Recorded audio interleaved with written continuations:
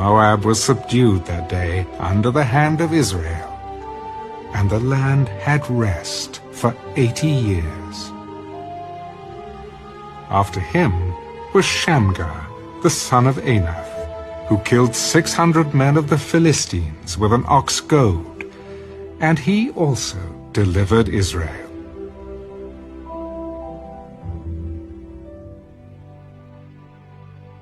Judges, chapter 4. When Ehud was dead, the children of Israel again did evil in the sight of the Lord. So the Lord sold them into the hand of Jabin, king of Canaan, who reigned in Hazor. The commander of his army was Sisera, who dwelt in Harosheth Hagoyim. And the children of Israel cried out to the Lord, for Jabin had 900 chariots of iron, and for 20 years he had harshly oppressed the children of Israel. Now Deborah, a prophetess, the wife of Lapidath, was judging Israel at that time. And she would sit under the palm tree of Deborah, between Ramah and Bethel, in the mountains of Ephraim. And the children of Israel came up to her for judgment. Then she sent and called for Barak, the son of Abinoam, from Kedesh in Naphtali. Has not the Lord God of Israel commanded? Go and deploy troops at Mount Tabor. Take with you 10,000 men of the sons of Naphtali and of the sons of Zebulun. And against you I will deploy Sisera, the commander of Jabin's army, with his chariots and his multitude at the river Kishon, and I will deliver him into your hand. And Barak said to her, If you will go with me, then I will go. But if you will not go with me, I will not go. I will surely go with you. Nevertheless, there will be no glory for you in the journey you are taking, for the Lord will sell Sisera into the hand of a woman. Then Deborah arose and went with Barak to Kedesh. And Barak called Zebulun and Naphtali to Kedesh. He went up with 10,000 men under his command, and Deborah went up with him. Now Heber the Kenite, of the children of Hobab, the father-in-law of Moses, had separated himself from the Kenites, and pitched his tent near the terebinth tree at Zaanaim, which is beside Kedesh. And they reported to Sisera that Barak, the son of Abinoam, had gone up to Mount Tabor.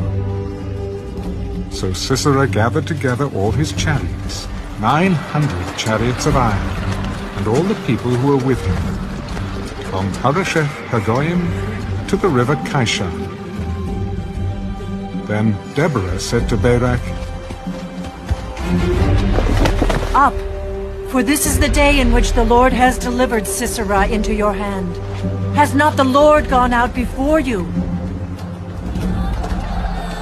So Barak went down from Mount Tabor with 10,000 men following him. And the Lord routed Sisera and all his chariots and all his army with the edge of the sword before Barak. And Sisera alighted from his chariot and fled away on foot. But Barak pursued the chariots and the army as far as Harosheth Hagoyim. And all the army of Sisera fell by the edge of the sword. Not a man was left. However, Sisera had fled away on foot to the tent of Jael, the wife of Heber the Kenite. For there was peace between Jabin, king of Hazor, and the house of Heber the Kenite. And Jael went out to meet Sisera, and said to him, Turn aside, my lord. Turn aside to me. Do not fear. And when he had turned aside with her into the tent, she covered him with a blanket. Please, give me a little water to drink, for I am thirsty. So she opened a jug of milk, gave him a drink, and covered him. Stand at the door of the tent, and if any man comes and inquires of you, and says, Is there any man here? You shall say no. Then Jael, Heber's wife, took a tent peg and took a hammer in her hand and went softly to him and drove the peg into his temple. And he went down into the ground, for he was fast asleep and weary. So he died. And then, as Barak pursued Sisera, Jael came out to meet him. Come, I will show you the man whom you seek. And when he went into her tent, there lay Sisera, dead, with the peg in his temple.